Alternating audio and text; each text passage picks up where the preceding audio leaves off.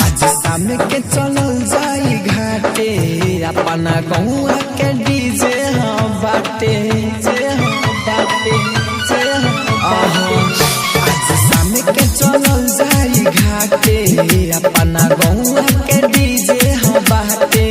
लेले बानी हम पारा का खूबे होई रे धमाका लेले बानी हम पारा का खूबे होई रे धमाका नहीं तन कोला जाई के रे हाँ खुश कइल जाई छठी माई के रे नाचल जाई डीजे बजाई के रे हाँ खुश कइल जाई छठी माई के रे नाचल जाई डीजे बजाई के रे। आप सुन रहे हैं एजी एंटरटेनमेंट की धमाकेदार प्रस्तुति।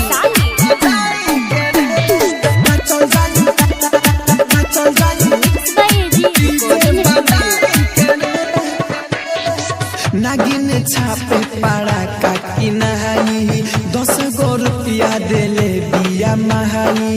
केहू जे हमनी से ज्यादा जे बोली ढके उही जा कोइल जई पीटाई 10 गो रुपया देले बिया महाई नागिन छापे पारा का किनाई केहू जे हमनी से ज्यादा जे बोली के उजा कोइल जाई पिटाई नहीं मानल जाई बात भले होई जाई रात नहीं मानल जाई बात भले होई जाई रात हो सबके दिखाई के रे हो खुश कइल जाई छठी माई के रे नाचल जाई डीजे बजाई के रे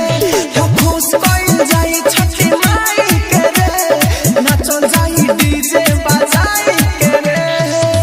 आप सुन रहे हैं एजी एंटरटेनमेंट की धमाकेदार प्रस्तुति।